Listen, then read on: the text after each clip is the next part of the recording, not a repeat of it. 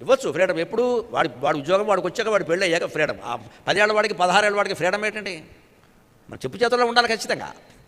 ఇది నా డబ్బు, నేను కష్టపడి సంపాదించాను, నువ్వు ఖర్చు పెడుతున్నావు, లెక్క చెప్పాల్సిందే, లేకపోతే ఇవ్వను. ఏదో బెదిరిస్తారు, ఇంట్లో వెళ్ళిపోతాం, మంచిది, ఒకటెక్కడ ఖాళీ వెళ్ళిపో, ఒక ఇద్దరు బియ్యం కలిసి వచ్చాయి అంతే, మొహమాటం లేదు, తల్లి అనలేదు, ఈ మాట తండ్రి అనేయాలి, ఒక ఇద్దరు బియ్యం కలిసి వచ్చి వెళ్ళిపో, మళ్ళీ రాకే ఏం కావాలో చెప్పు, దెబ్బకి ఎక్కడికి వెళ్ళవు, మేనమామ ఇంటికి వెళ్తాడు, మనకి ప్రథమ శత్రువు బావమరిదే,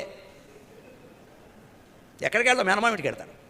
ఆ మేనమామ మనకు ఫోన్ చేస్తాడు, బావా కొంచెం చూసుకో, నువ్వు చూసుకో, మీ అబ్బాయిని అట్టి పెట్టుకో అని చెప్పాడు, పిల్లలుంటే ఇచ్చుకో అని చెప్పాలి.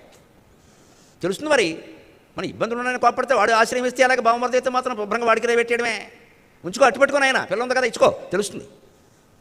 అప్పుడు వాడే మా పెడతాడు, వద్దులేను, మీ నాన్న చెప్పినట్టు వినరా అంటాడు, మరి అదే కావాలి. మరి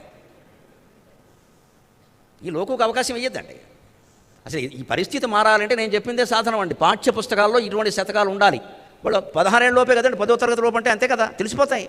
చాలామంది మారుతారమ్మా, పూర్వం ఇవన్నీ ఉండబట్టే కదండి బాగున్నాం అంతో ఇంతో, లేకపోతే చెడిపోమా. అందుకని ఓరిమి కలిగితే వెంటనే మనకి లోకం నుంచి వచ్చే నింద ఏమిటో తెలిసి చేతకాని వాడు, అందుకే సహనంగా ఉన్నాడు. తప్పండి అలా అనకూడదు.